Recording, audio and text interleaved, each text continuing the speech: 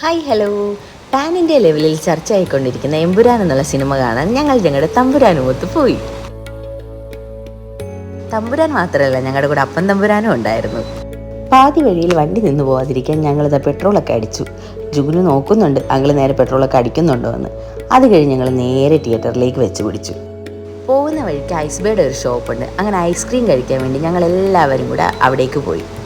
എല്ലാവരും അവരവർക്ക് ആവശ്യമുള്ള ഐസ്ക്രീം മേടിച്ച് കഴിക്കാൻ തുടങ്ങി.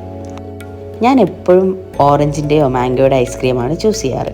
അങ്ങനെ ഞാനൊരു ഓറഞ്ചിൻ്റെ വാട്ടർ ബേസ് ഐസ്ക്രീം മേടിച്ചു. അതെൻ്റെ കയ്യിൽ നിന്ന് ജുഗുനുക്കുട്ടൻ തട്ടിപ്പറിച്ചു കൊണ്ടുപോയി. അത് കഴിഞ്ഞ് ഞങ്ങൾ നേരെ ഒരു തട്ടുകടയിലേക്ക് പോയി. ജുഗുനുക്കുട്ടൻ കയ്യിലുള്ളത് കൊണ്ട് വിഷ്ണു എനിക്ക് ഭക്ഷണം വാരി തന്നു.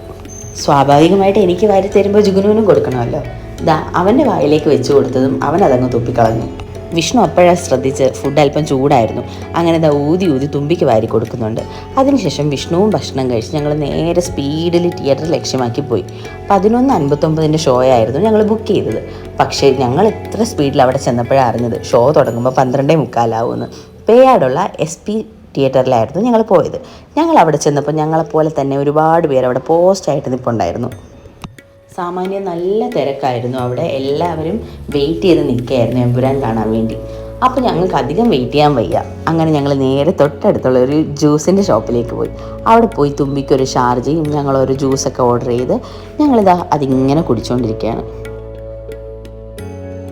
സമയമായപ്പോൾ ഞങ്ങളങ്ങ് ഓടി വന്ന് സീറ്റ് ഉറപ്പിച്ചു.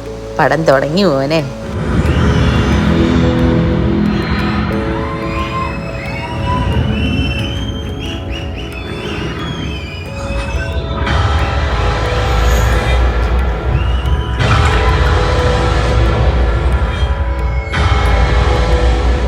എന്തുകൊണ്ടാണ് ചില വിഭാഗങ്ങളിൽപ്പെട്ട ആൾക്കാർ ഈ സിനിമയെ എതിർത്തതെന്ന് തിരിച്ചു വരുന്ന വഴിക്ക് ചില കാഴ്ചകൾ കണ്ടപ്പോൾ എൻ്റെ മനസ്സിലൂടെ ഇങ്ങനെ മാഞ്ഞുപോയി.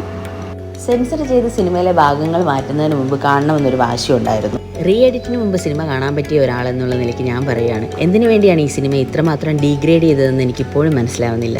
എമ്പുരാൻ എന്ന ഈ സിനിമ തരുന്ന തിയേറ്റർ എക്സ്പീരിയൻസ് അത് പറഞ്ഞറിയിക്കാൻ കഴിയാത്ത ഒന്നാണ്.